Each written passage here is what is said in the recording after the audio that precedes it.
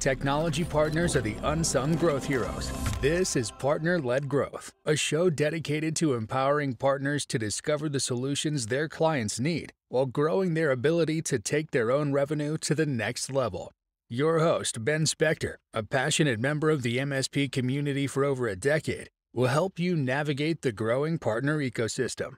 Partner-Led Growth is sponsored by Zomentum, the revenue platform transforming the partner sales ecosystem, one solution, one vendor, one partner at a time. Hello and welcome to Partner-Led Growth, the podcast. I'm your host, Ben Spector. Today's guest is a self-professed scientist of sales, a passionate industry leader and expert on leveraging the data and analytics behind revenue functions of B2B companies. He's the former CEO of Insight Squared, which was acquired by Mediafly, now the EVP of Corporate Development at Mediafly. It's Todd Abbott. Todd, thank you so much for joining me today. It's my pleasure. Thanks for the opportunity. So look, obviously we've introduced you as a self-professed scientist of sales. So I think the main topic for today's conversation is inevitably going to be around the science, the data, the analytics behind sales. And I'd love to have a conversation that really gives our technology partner and MSP audience a lot to think about. When we've spoken before, we've touched on the fact that you've developed solutions over the years that integrate with the tools that they're probably already using, things like HubSpot. So I think it's going to be really interesting. You know, we're not looking to displace anything here. We're really looking at ways to leverage data better in the sales process.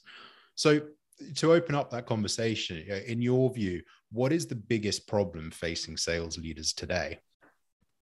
I think the biggest issue facing sales leaders is that they're having to spend too much time interrogating and inspecting the funnel to be able to forecast, that they have moved away from doing what they really need to be doing, which is spending time coaching the reps to improve their ability to close business.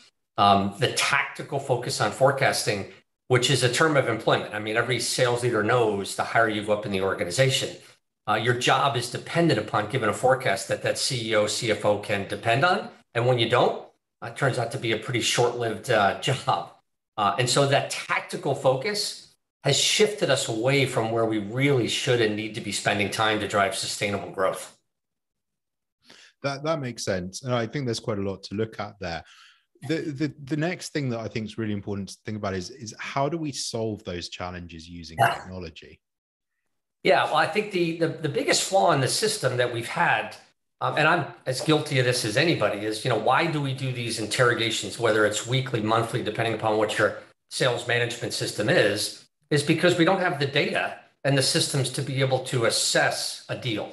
The flaw in the model is that the data source is the sales rep. We depend upon the rep to update data in the CRM system on that opportunity, how it's progressing through the funnel, who they're engaging in, what the buying group is. And the reality is there's just not a return on investment for the sales rep to keep everything up to date and to provide a comprehensive data set for the business to run on and assess a deal. There's just no return. And you're not going to ask your best reps to spend 20% of their time inputting data on every step in the process. If you do, those best reps will leave because they don't see a return on investment. And so that's been the fundamental flaw. And what we now have is technological development here that takes the rep out of the data entry business. And it's really revolutionary. And I think it's going to fundamentally change the game because now we can capture what I like to refer to as the digital footprint through the customer journey. All of the emails, all of the meetings, all of the file shares, the content that's being used and the content that's being viewed. Automatically add contacts. I mean, do you really know what the ideal customer buying group size is? In our experience, no. Most customers only have about 30 to 40% of the actual contacts that your team is engaged in. And so how do you put an ABM program in place when you only have 30 to 40% of the customer contacts that are engaging with you, right? So the number one flaw is that we just haven't had the data. And I've tried carrot and stick approaches with reps to give me the data, to keep things current in the funnel so I could be credible with the board and with the C-suite. And carrot or stick, it's just not going to work. You're going to move the needle this much. And so the game changer is now we can capture all that without the rep having to hit one key on the keyboard. And now you've got just a wealth of data to be able to assess what that engagement looks like and what an engagement looks like when you win versus when you lose. And so it's really going to change what I like to refer to as B2B sales has been the art of sales. You hire good people, people that know how to sell, that have contacts, that have that EQ, IQ, and then you rely on them. And when they don't execute, it must be the rep, can't be anything else. Let's fire him or her and bring in somebody else. So that art of sales is no longer going to work. You have to have a continuous improvement process, and you need data to be able to drive that process. That makes complete sense. And I'm, when I listen to you talking about applying data to sales, I think I'm quite conscious that the majority of our audience today are going to be the tech-led, the engineer-led MSP owner, or the reality is they don't feel comfortable with sales as it is. And perhaps I speak somewhat for myself, but I'm sure I represent your absolutely typical run-of-the-mill MSP owner. You've got tech-led MSPs that can't sell and sales-led MSPs that can't deliver. Thankfully, most of them are tech-led, can deliver fantastic services, but can't actually sell. So if we have to break down what a really good sales process would look like, what kind of data the sales reps, if we put technology away for a minute and look at the existing process, the manual process, what kind of data points should the sales reps be capturing? Well, so what my thought process here is really shifted on this subject, where we have grown up with believing that sales stages is how you measure the health of a deal. What stage is it in? The problem with that model is that it depends upon the rep putting it in the proper stage. And again, I go back to my original point. There's no ROI for them to keep that stuff current. And in fact, most reps will try to keep it earlier in the stage so that management doesn't put more pressure to increase their forecast if it's later in the stage, right? So it's this cat and mouse game. And I believe sales stages are important on an onboarding and a training to be able to know, like, what are the steps and skills I need at each of those steps. But once you've done that, looking at an opportunity to funnel, it's really about where am I in the meeting progression? Every sales process is a series of meetings. And every meeting is a critical inflection point to ensure that you've got the customer's eyes and ears and interest in your value prop. If they are interested coming out of that meeting, then they will invest more time. If they lose interest because your value prop doesn't resonate or your team didn't execute, they will lose interest and their attention will go elsewhere. They won't necessarily declare. And so what happens is that we never really know about the ghosting part of the sales. Yeah, I mean, they they stop responding to emails. They don't get that next meeting scheduled. They don't look at your contact. Maybe they'll come back, but it's rare. And we don't, as sales leaders and as CEOs, don't understand like where does that happen. And so the data that you need is to understand what are the critical inflection points in your sales process based upon meeting number. Like what we've learned is that every customer typically has 2 inflection points where winning and losing is determined. And it's different for every business based upon their sales process, what they're selling, how long their sales cycle is. But example, in my commercial business, which is about a 60-day sales process, 60, 70 days, I know that meeting 3 and 4 is critical. That's typically coming out of qualification, discovery and qualification. If I can get past that stage, then the initial contacts are bringing in other people, other evaluators, influencers, because they have deemed it of value. And so if I can get through that stage, I actually start to win. I get about a 20% win rate when I get past meeting 4. But I also know that it's still all a setup to bring the key decision maker into the process, which in my business tends to happen at meeting 7 or 8. And if I can get to meeting 7, I win 65% of the time. And so it's changed my whole orientation to say every sales process, and whether it's a new customer, a renewal, a cross-sell, like it's that, I call that sales math. How many meetings, how much activity takes place through that process, how many contacts get added. If you understand your sales math and you have a system that can help you look at every deal through that lens, then I can tell when a deal is on track or not, like very quickly. When the next meeting isn't scheduled coming out of meeting 4, that's the first red alert. I want to go look at what happened in that meeting. Why didn't we get the next meeting? And if they are ghosting me, what techniques work to get that customer back? But what I also want to know is if they're ghosting me because I didn't get the next meeting and they're not engaged with my team, but if they're looking at the content and I know what they're looking at within the content, then I know they're still engaged. They're just holding off and engaging with me right now as they do some internal assessment. And so the ability to get that digital footprint is unlike any time in our history from B2B sales, but you cannot implement that kind of an approach depending upon a rep. You need systems to be able to, first of all, understand where you win and why you win, what those inflection points are, what the activity profiles look like when you get through them versus not, and have systems be able to help you assess each deal as it's going through the funnel. The bit that really stood out to me here was what you were saying about stages. Now, while you were saying that, I was thinking about this. There's two perspective on stages through the pipeline. There's the internal perspective and there's the external perspective. By internal perspective, I mean, if you build out your stages based on what you see the process is inside your business, that's the internal perspective I'm referring to.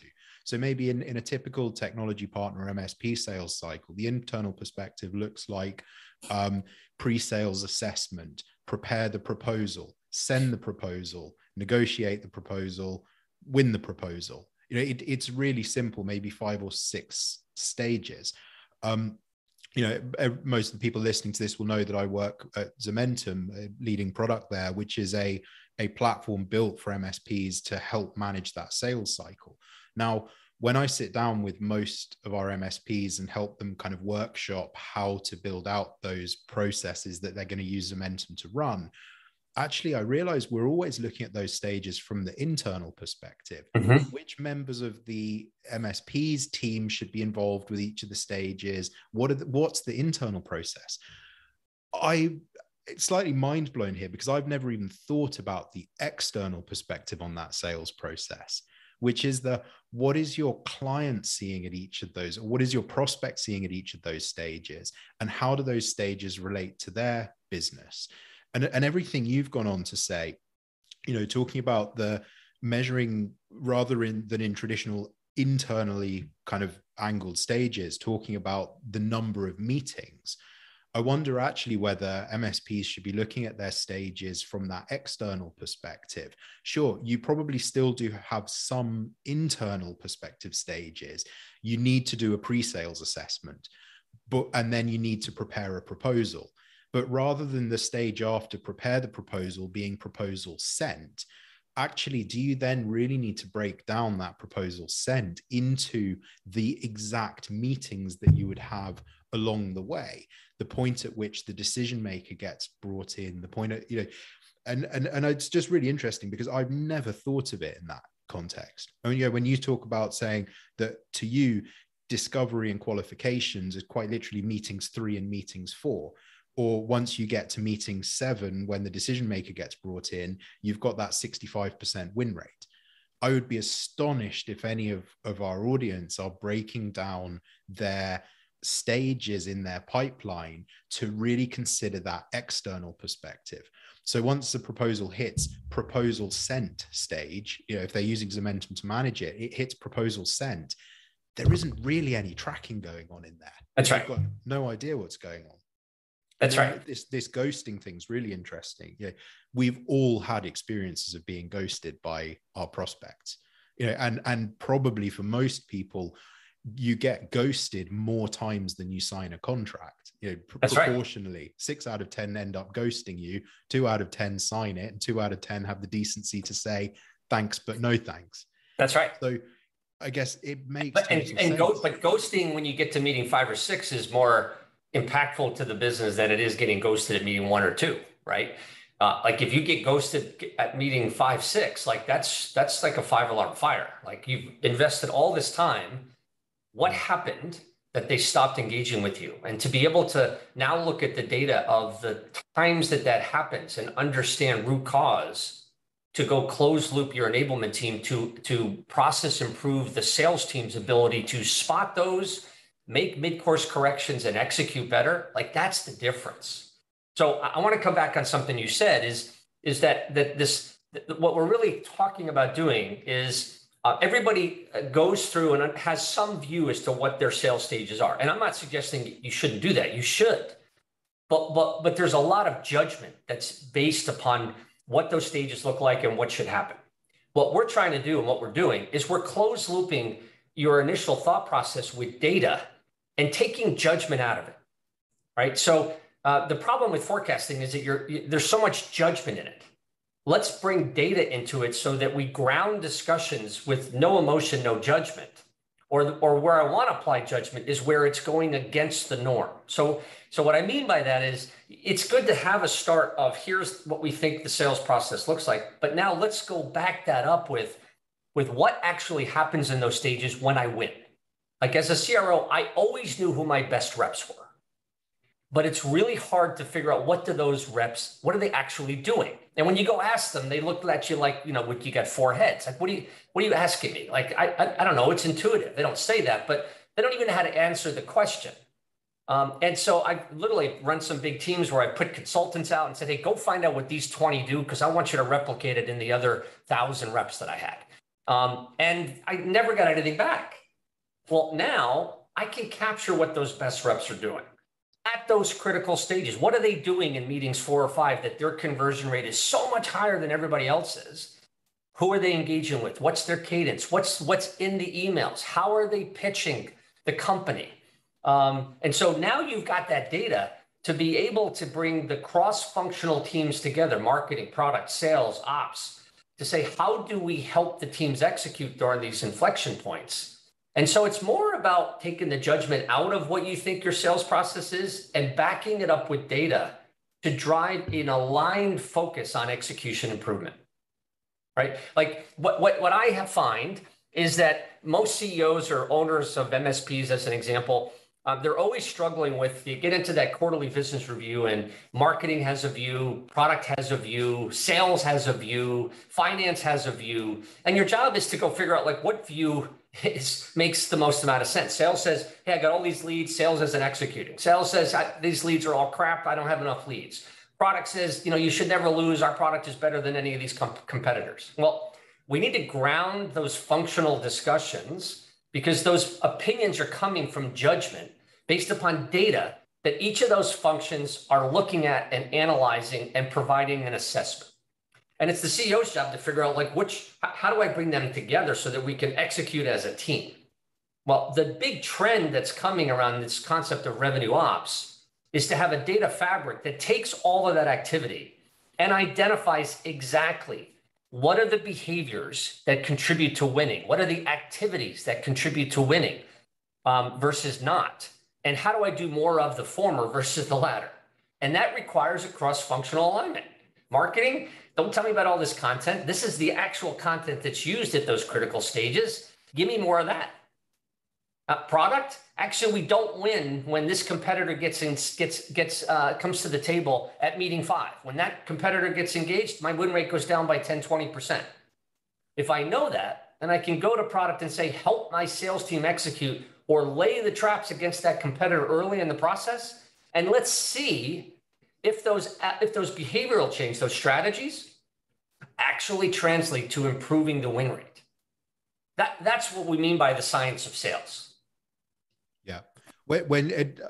I had a bit of a smile on my face when you were talking about the sales and the marketing bit, where the sales people are saying we need more leads and the marketing team are saying, hey, we're delivering the leads, but the sales team aren't closing them.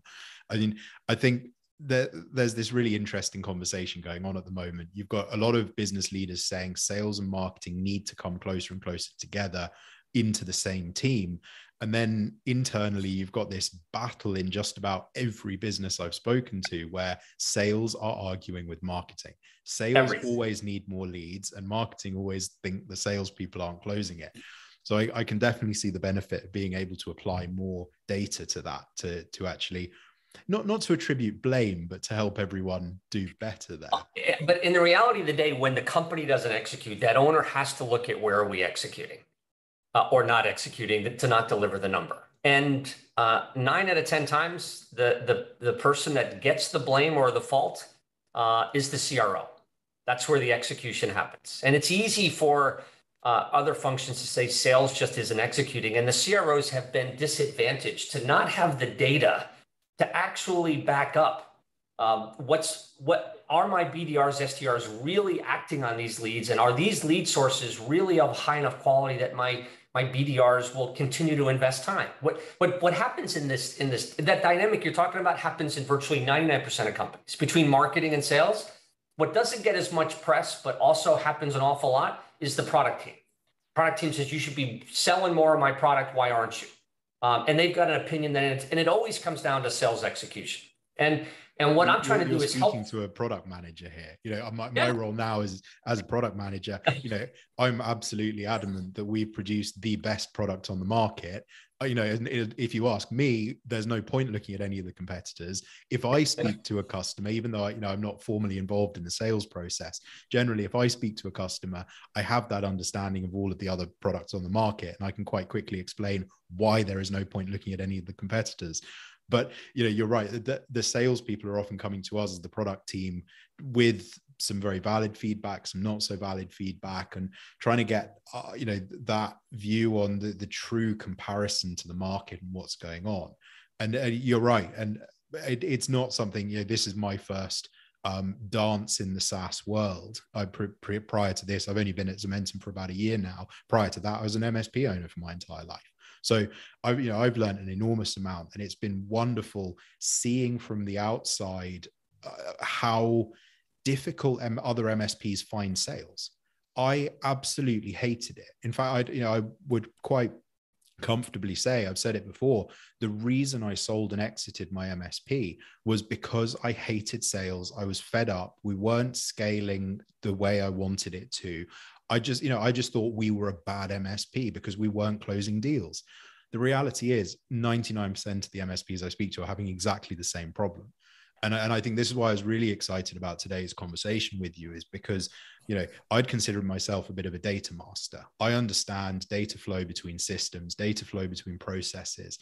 And I really want to take this opportunity to get our audience thinking about how they can apply data to their sales processes. So I think one of the really easy things to look at, you know, we've looked at some of the current processes and some of the current problems.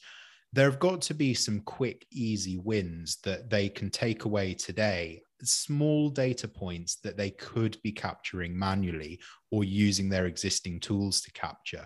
And I'd really like to, first of all, look at, you know, how can they get more data to power their sales without spending any money?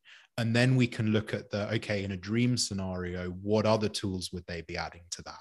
You know, let's take, I think HubSpot's probably a great example to base this around. HubSpot has a free CRM and some free tools, or you can get started on their starter plan for like 50 or £100 a month. It's very low cost. So if you've got a tool like that, you know, I know you can track email opens, for example. So presumably there's stuff we can do with the email opens. We can track the clicks. We can see when they're looking at quotes. You know, if they're using the Zementum platform, they can see that same kind of information. So could you perhaps go through some of the easiest, cheapest, most tangible bits of data that they could collect at a small scale, and how they could use that to drive, you know, better data through the sales process?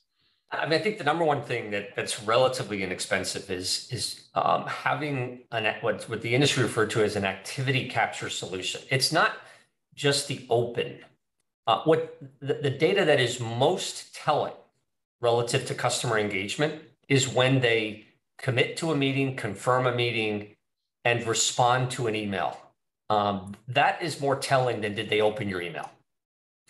Because they're investing time, they're giving you feedback. And so that what we have learned is that the number one indicator is if a customer is engaging with your team, then they're investing time, they're on the hook, so to speak. When they stop, they could be opening your email, but you don't know what they're doing once they open it. And if they don't respond, That's the telling part.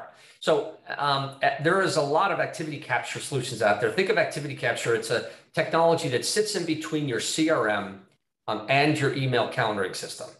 And what it's doing is it's basically capturing anything from the contact list in the op record.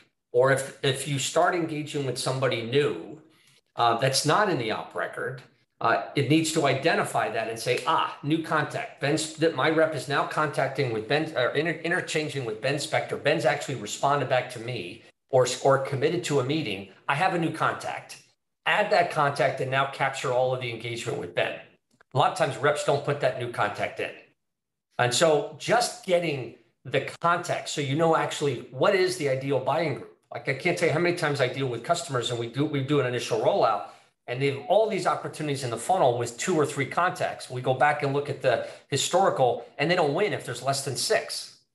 So, well, okay, red alert, your rep is single sourced on a couple of key contacts, or you have not captured who they're actually engaging with.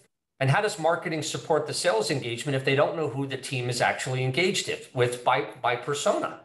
So just having activity capture of getting the emails, the meetings, the contacts, if you focus on those 3 things, that typically will translate to about a 90% increase in the amount of data you're going to have to be able to assess what the activity level looks like on those opportunities.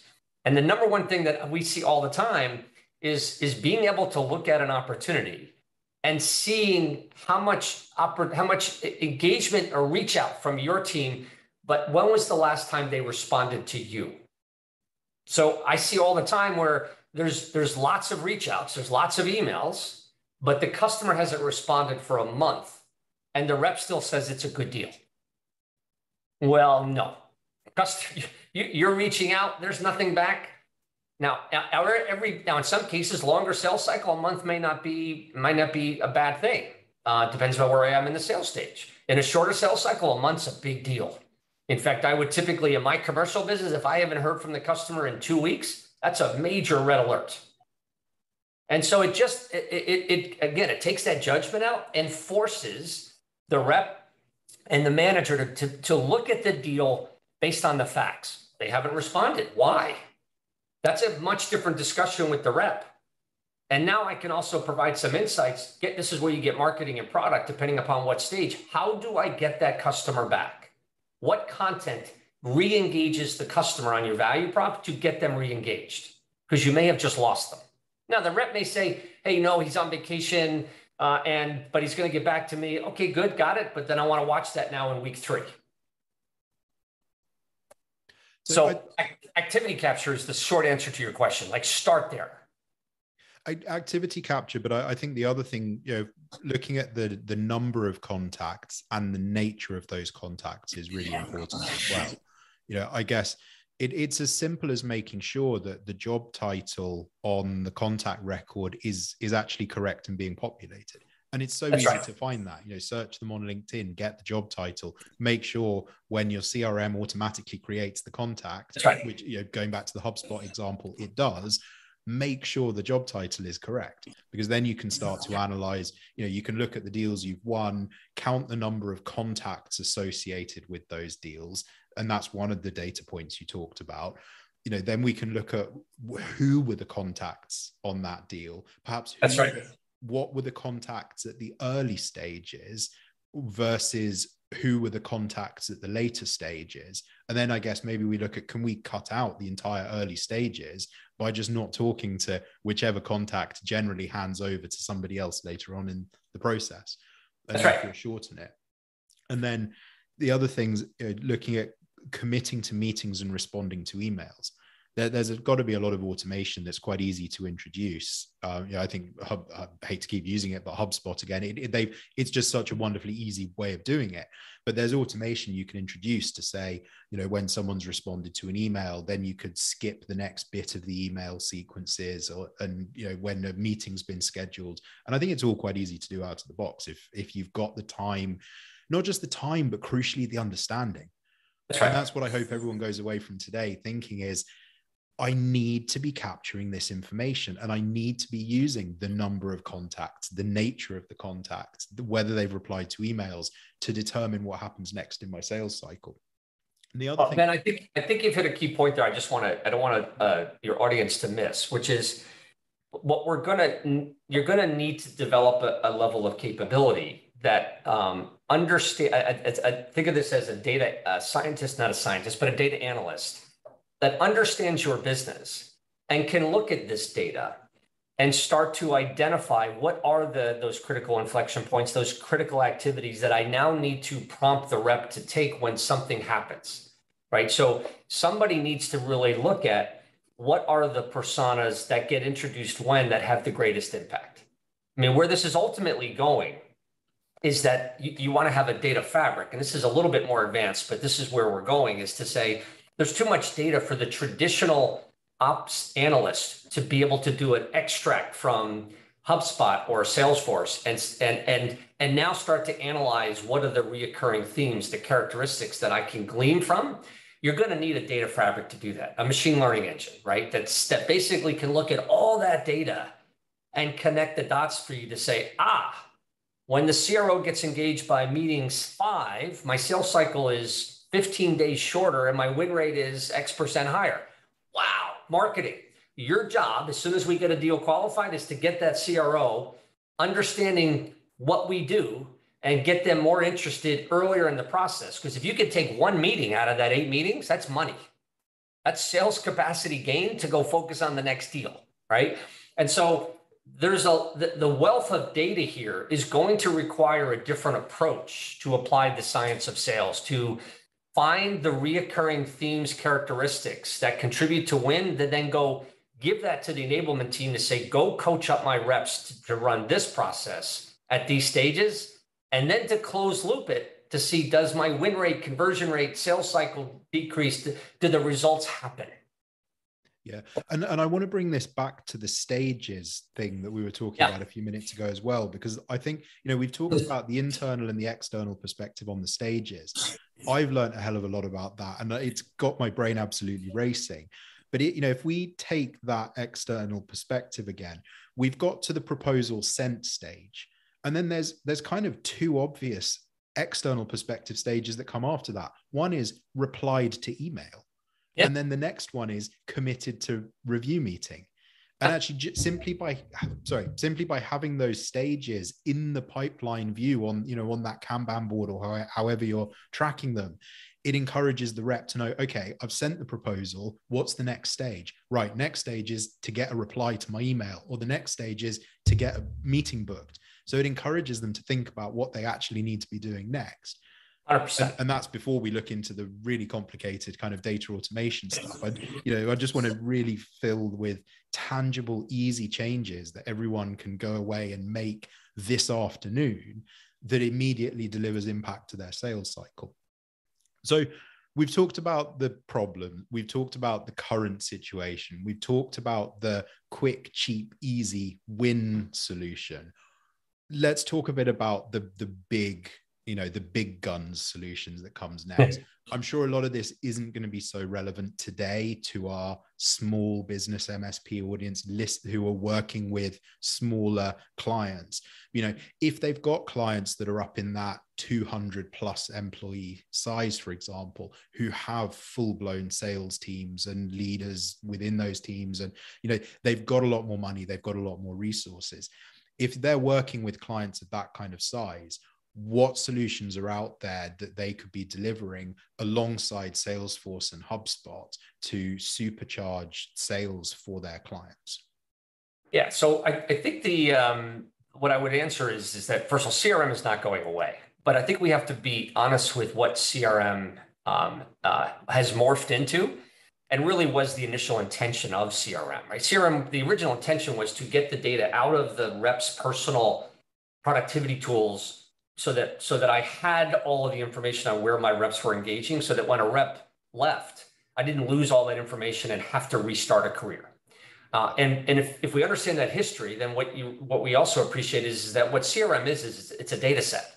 It's a database that also supports workflows in your business. but it was never designed to be a rep tool. And it's not a rep productivity tool. It doesn't help the rep manage the territory. And so it's not going away, but you need to be able to now augment it with tools to provide insights at the point that actions need to be taken. And so from a sophisticated standpoint, what you need is the ability to go back and collect all of the activity for a period of time so that you know where you win and why you win, right? A machine learning engine takes 9 months to kind of figure out the trends. Well, in this system, you don't need to worry about that because we can actually take all of the activity and update all of the opportunities you closed, won, and lost. So we can tell you right away, where do you win and why? Is it 8 contacts? Is it 7 to 8 meetings? You don't win after 120 days. I had one customer last week where after 3 pushes, their win rate was 0.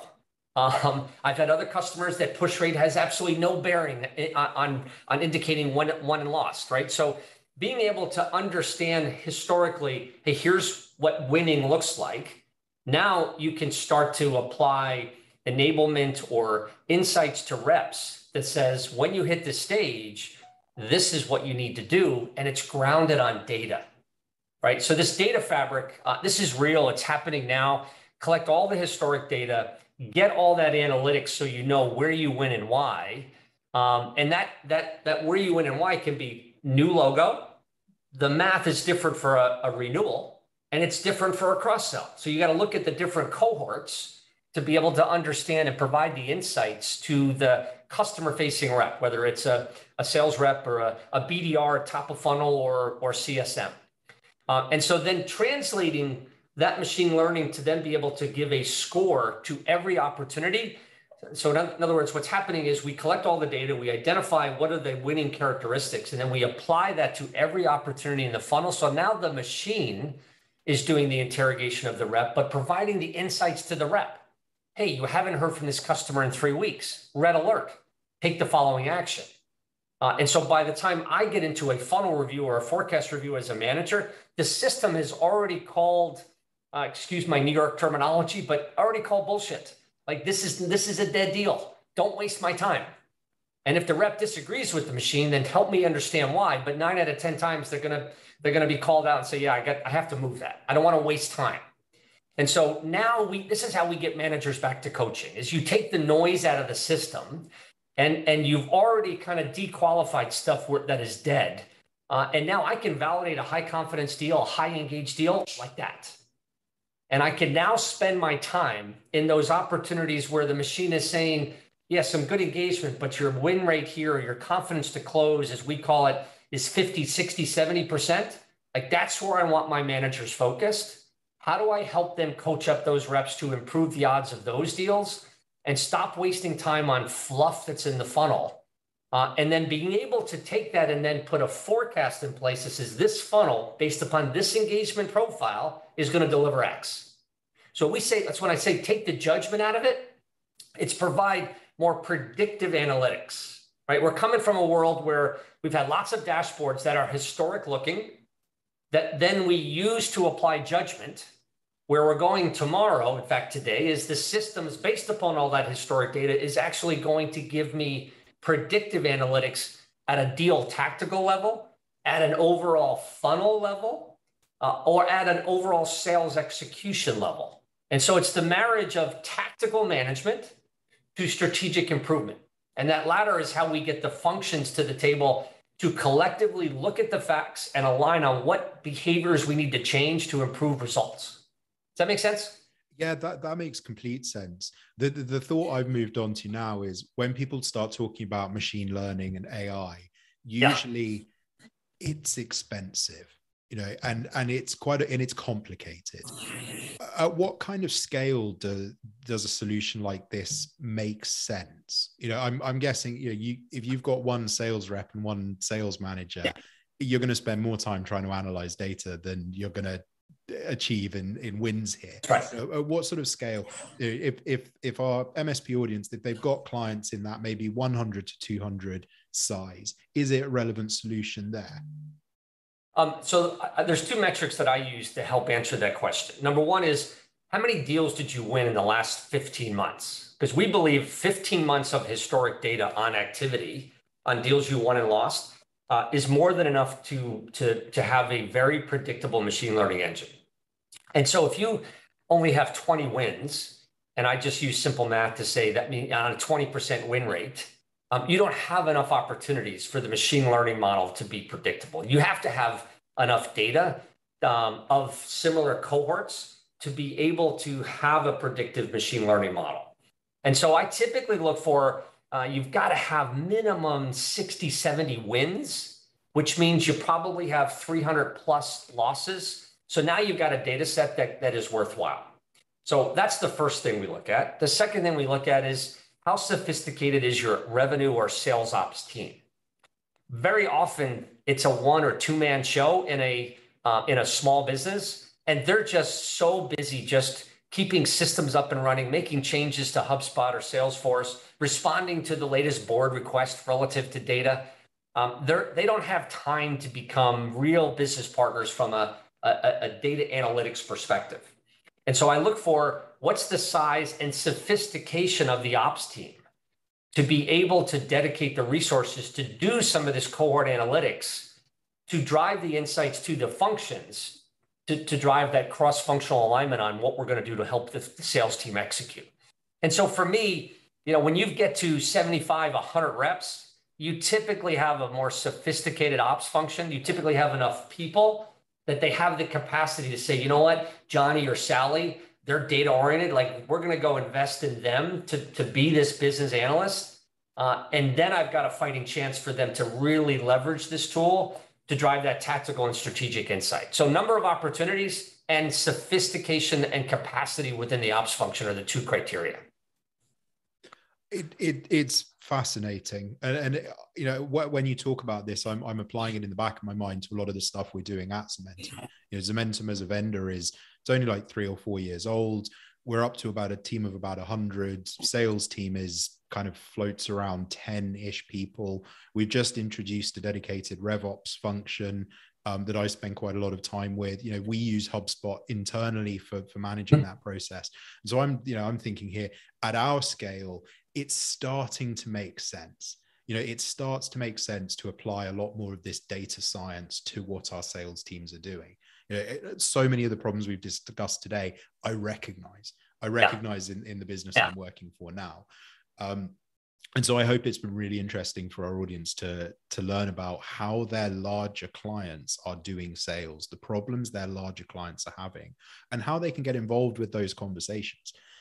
Hopefully after listening to this, they can have an educated, or at least sound like they're having an educated conversation with the sales leader, uncover those opportunities and start looking at, the solutions like MediaFly's stack to deliver those solutions into their clients. I mean, Ben, your talk track, or this conversation is not a talk track, it resonates with me. And it really kind of points to the third criteria that I use, which is I really look for the sales leader and ops leader to understand, are they more an art of sales type or a science of sales type? And what I mean by that is the art of sales type wants a pretty dashboard. They want dashboards that help them look good in front of the board, their investors, and the C-suite. The science of sales type has this thirst for more data to understand what's going on, right? So you're the classic example of more of the science of sales type. That's what I was. I always had this thirst for the why, and I never could get to the why until I saw this technology, and then the light bulb went off in my head. Oh my gosh, I've been beating up reps for my whole career to try to get this data. What a waste of time. And I apologize to all my reps out there that I have beaten up or tried to coerce. It was a waste of time, and I get a kick out of engaging with some managers. Say, oh no, we don't have that problem. Our reps are, they put all the data in, and I laugh on the inside. I go, no, that's just not true. You're getting maybe 15% of their data. There's no way you're getting it. And so I look for the characteristics. Is there an organization, and it typically starts either at a CEO, COO, business owner, and permeates down to the CRO. Do they have a thirst for this analytics? Because if all they want is the pretty charts, I can't help them. because they're not going to change the behavior to drive improvement. I'm not a pretty chart dashboard company. Like, go use HubSpot's dashboards. You know, what you were saying about data accuracy, 100%. You know, when I look in our HubSpot, the number of times, even the most basic data fields, how often do I see both the first name and the last name in the first name field? You know, if the sales reps can't even get the first name and the last name into the right field, what are the chances they're actually capturing all the rest of the data and understanding the rest of the data they're meant to be using? Putting the science aside for a minute, this podcast is very kindly sponsored by Zementum, which is a sales and revenue platform for MSPs. I want to talk to you a little bit about the human side of it. You know, can you tell me about your most memorable sale, including the kind of language you used and what you think really helped you to close that deal? Yeah, that's a great question. The one that comes to mind right off the bat is, it goes back to the discussion we just had, which is, you know, as an ex-CRO, having been one for a number of years, I really enjoy, and I have this passion to try to help those CROs that are looking for this data to get out of this interrogation and to want to be much more strategic. They want to be able to control the dialogue cross-functionally. And so what I really enjoy is that first 10 minutes of the meeting to understand, hey, where's their head at? How do they run their sales management system? What data are they looking for? What are their pain points? And I could typically connect with somebody right away.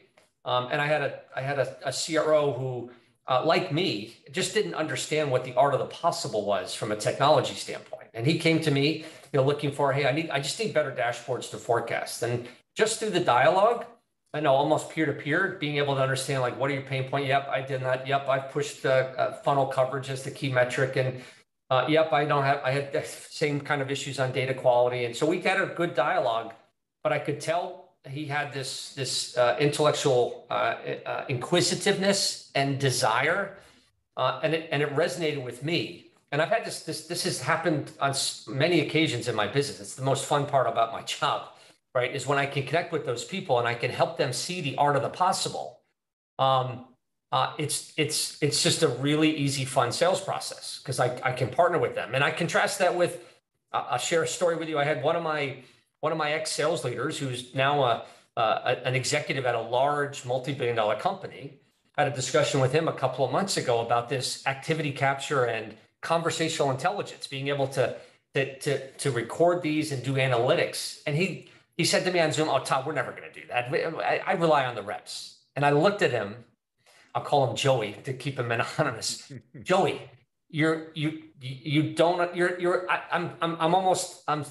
I'm disappointed as a mentor of yours, because you're still in the art of sales. This world is fundamentally changing. Now, when they're a friend, I can spend some time and I can get in their face a little bit and kind of try to shake them to reality. But I meet so many executives that just don't understand what the art of the possible is. And what I also get is a reaction of, well, that's a lot of Big Brother. Collecting all this data, reps are going to revolt. And actually, this is one of the biggest surprises for me, is reps actually don't revolt. Because most reps, we use the term, they're a coin operator, right? They're motivated by money. They're also self-learners. Most of your good reps, probably all your good reps, are self-learners. They want more information to be better, to improve the management, to make more management of the territory, to make money. And inspections by managers and forecasting is just, that's friction from them doing what they like to do. And if you give them a benchmarking tool on every opportunity as to how that deal is progressing relative to what great looks like, and helping them to understand, geez, you're right, this thing has gone cold. I haven't heard from this customer in 3 weeks. They take to it like that. And if you go to the other end of the spectrum, the new rep, who's faking it till they make it, they actually want the help and they don't want to fake it. And so let's find out early where they're struggling in that qual discovery, or where they've just got fluffy opportunities in their pipeline. They're not going to make their number. They actually would rather have a dialogue with their manager early in the quarter to get the coaching to help them improve versus faking it till they make it. And so the biggest surprise for me when I saw this technology was, wow, the cultural change for a rep to be able to get all this data and get insights. Is management going to use this to beat me up? And if I have a customer that's starting to do that, I really advise them, no, that's not what this is about. Give the rep the insights. Give the manager the insights so that they can see what great looks like and benchmark themselves. Again, it goes back to judgment. I think I'm working really hard. I think I'm doing, well, actually, let me show you how hard you're working relative to the top 20%. This is how many meetings they have. This is how fast they progress. This is how fast they qualify out. And now you're giving them that benchmark to deal with facts. And now you can assess, does that rep want to improve or not? But you give it to them and see how they react and then coach them up. So I've been really surprised at how much the reps have taken to this, because you take away the administrative burden of having to input data, you give them value, and now they don't have to justify high confidence deals. And I'm actually now getting worthwhile coaching from my sales leader, which is what everybody wants. Yeah, do you know what, I thought this episode was probably going to be called The Science of Sales, but actually the thing you've said a few times now, the art of the possible, is just, it's such a beautiful way of phrasing it. You know, when I'm talking to, in theory, I don't have anything to do with sales at Zementum, but clearly I do spend far too much time helping the sales team from a product perspective. Does. Yeah. But yeah, I describe it to them as the education gap. And I think really getting the prospect up to speed with, getting them over the education gap, I much prefer that expression, teaching them the art of the possible and just communicating to them the art of the possible. What could they be doing? Because a lot of, if you're selling a complex product, people don't necessarily understand it. And getting them over that education bridge somehow can be really difficult. Yeah. Unfortunately, we're kind of running out of time here. I could quite easily be going for hours and hours here. I suspect, people listening to this and they're driving to work, the drive is only so long. Last question from me, what is exciting you the most about the future? Specifically looking at technology, really, and it doesn't have to be to do with sales. I am really, really excited and passionate about, this may sound a little corny, but the art of the possible on where sales leadership is going. The average lifespan of a CRO in a small and medium PE VC backed company right now is 16 months, which just blows my mind. And it goes back. Typical CRO is only staying in a VC backed SaaS company for 16 months. That's right. Well, it's not actually that they're staying. It's not that they're staying. They're getting shot. And they're getting shot because the expectations on quarterly performance, and the oldest play in the book is that if we're not meeting the number, it must be sales's job. I've got to go change. This goes back to the art of sales. It's about people versus process. The big shift here is you move from people to process, right? And so taking control of your destiny as a CRO is, hey, this is not my sales team. This is our sales team. And let's get the data so cross-functional we can help them execute better. And so I'm on this mission to change that 16 months. And it's all about the art of the possible. It's enabling them to control their own destiny by controlling the dialogue at the C level to align focus for the sales team to execute. And for that CRO to be able to fact-based engage with the CEO and CFO at the beginning of a quarter, because this is the key, right? If you're not going to make a quarter, you've got to equip the CEO to have that discussion with their investors early in the quarter. We have a problem. And if we can get everybody aligned on fixing that problem, then great. Or if not, then go reset expectations and let's get everything set up so we can get back on track a quarter from now. Having that fact-based data to align the improvement plan cross-functionally, like that's my passion. And I believe that getting all of this data and this data fabric to be able to provide those insights so you're having fact-based discussions at the C-suite is game-changing. And the reason I love these podcasts is the faster we can get the word out of the art of the possible. Technology is fundamentally changing the revenue management processes. It's going to look completely different over the next 3 to 5 years, right? Let's go back to sales stages. The systems will identify this deal now is in negotiation because in the email, I've sent out a proposal. automatically move it. Don't depend on the rep. Yeah. Like we'll be able to move things through the sales stages based on what's being said in the email, being what's being said in the meetings. We'll have it progress it rather than depending on the rep. Like that's where we're going. Yeah, that's quite an interesting one. There's quite a lot of automation that we've been introducing on the Zomentum platform, moving stuff between stages. You can build out really neat automations, based on triggers, filters, and actions. Trigger, document changes to sent. Filter, type is proposal. Action, change the stage. You can do really easy stuff. Right. Normally when we're doing these shows, I end up somewhere between 1 and 2 pages of notes. I have quite a big desk here, and I've quite literally extended across four A4 pages of notes while recording this. But there's 3 things I've double underlined, which to me, they're the things that are worth just recapping at the end. And I think they're the key nuggets to take away.